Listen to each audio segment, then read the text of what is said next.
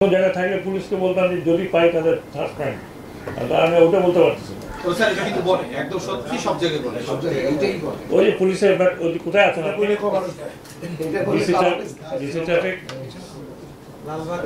লালবাগ এবং ইয়ে আপনার কথা শুনছেন ভাই, শোনেন একটা কথা শোনেন, সব কিছু সলিউশন তো আমার কাছে নাই।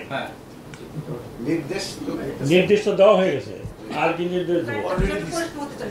আর পরিষ্কার হওয়া লাগবে না।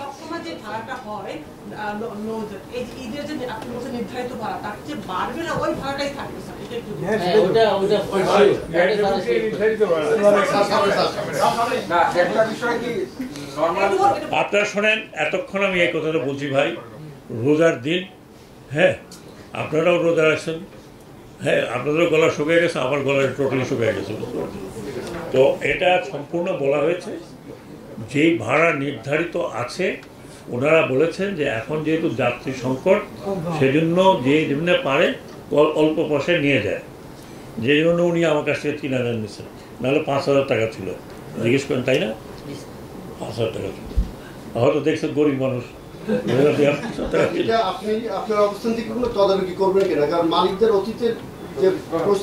আমার শোনেন,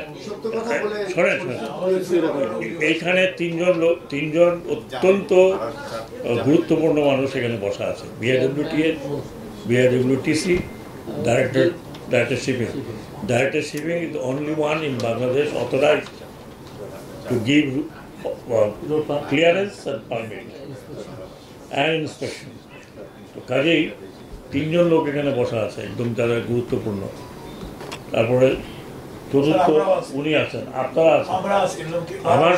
আমার অনুরোধ হচ্ছে আপনারা সকলে মিলে যদি এই আইনগুলো মানেন, তাহলে তো আমাদের আর কিছু করার দরকার নাই।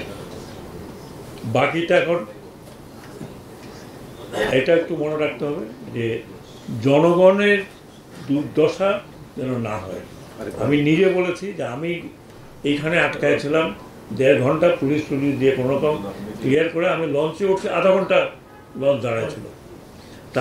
তার পরের দিন আরেকজন উপদেষ্টা যাচ্ছিলেন, তিনি 1.5 ঘন্টা দেরি হচ্ছে ওনার, উনি সময় মতো তো বেরোলেন, পারেন নাই, যেহেতু জগন্নাথ বিশ্ববিদ্যালয় ওখানে কী যেন একটা হচ্ছিল, সমস্ত রাস্তা বন্ধ, আপনারা জানেন, আপনারা রিপোর্ট করছেন কিনা আমি জানি না।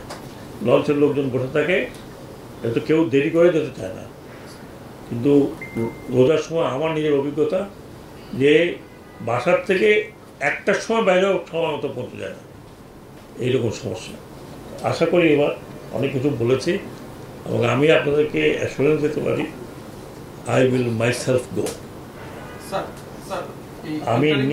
আমি নিজে দেখব। আপনারা এতদিন নিশ্চয়ই আমাকে চিনেছেন যে আমি যদি বলি আমি যাব, তার মানে আমি যাবো, সদরঘাটে যাব, আমি নিজেই যাব ইনশাআল্লাহ।